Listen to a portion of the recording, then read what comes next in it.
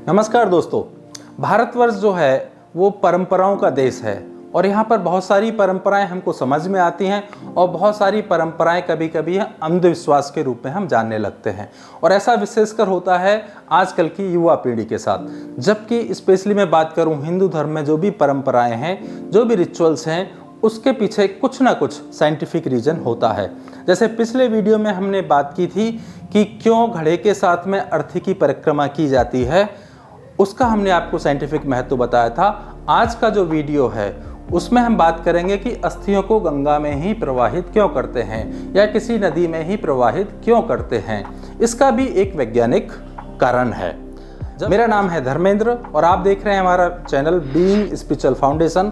अगर आपने अभी तक चैनल को सब्सक्राइब नहीं किया है तो कर लीजिए, क्योंकि समय समय पर हमें ऐसी इन्फॉर्मेशन आपके लिए लेकर आती हैं जो आपके जीवन में एक अभूतपूर्व परिवर्तन ला सकते हैं। इस वीडियो में भी हम एक हिंदुओं से जुड़े एक रिचुअल की बात करने जा रहे हैं कि ऐसा क्यों करते हैं, अस्थियों को गंगा में ही क्यों प्रवाहित करते हैं, कहीं और भी फेंक सकते हैं।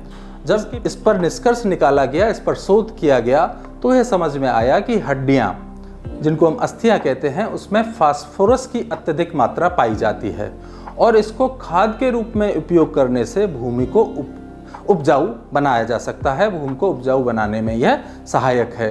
गंगा हमारे देश की सबसे बड़ी नदी है और इससे भारतवर्ष का बहुत बड़ा भाग, उत्तर का भारत का बहुत बड़ा भाग सिंचित होता है।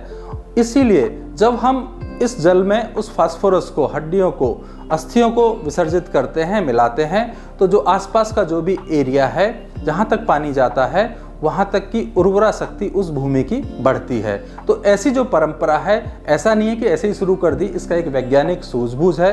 उसी समझ के साथ इस परंपरा को बनाया गया है। एक विचार जो धार्मिक है वो यह भी है कि जब शरीर अग्नि में जल जाता है तो उसको पानी में जब हम प्रवाहित कर देते हैं तो जो आत्मा है वो इसके साथ उसका लगाव नहीं रहता, उसको जहाँ भी जाना होता है नेक्स्ट यात्रा पर वो आगे चली जाती है। क्योंकि ऐसा कहा जाता है कि जब तक हमारी हड्डियाँ, जिसे हम कभी कभी जली हुई राख या फूल भी कहते हैं, फूल चुगते हैं, जब तक वो रहती हैं तब तक आत्मा का उसके साथ एक लगाव बना रहता है और वो उसी के आसपास कहीं ना कहीं भटकती रहती है। लेकिन एक बार जब इस फूल को, इस अस्थियों को, जो राख है, इसको जब विसर्जित कर देते हैं नदी में, चाहे वो कोई भी नदी हो, तो उसके बाद वो लगाव कम हो जाता है और हमारी आत्मा आगे जो भी जहाँ उसकी यात्रा है उस पर चली जाती है। तो मैंने आपको दोनों महत्व बताए, एक साइंटिफिक और दूसरा धार्मिक। उम्मीद करता हूँ आपको वीडियो अच्छा लगा होगा।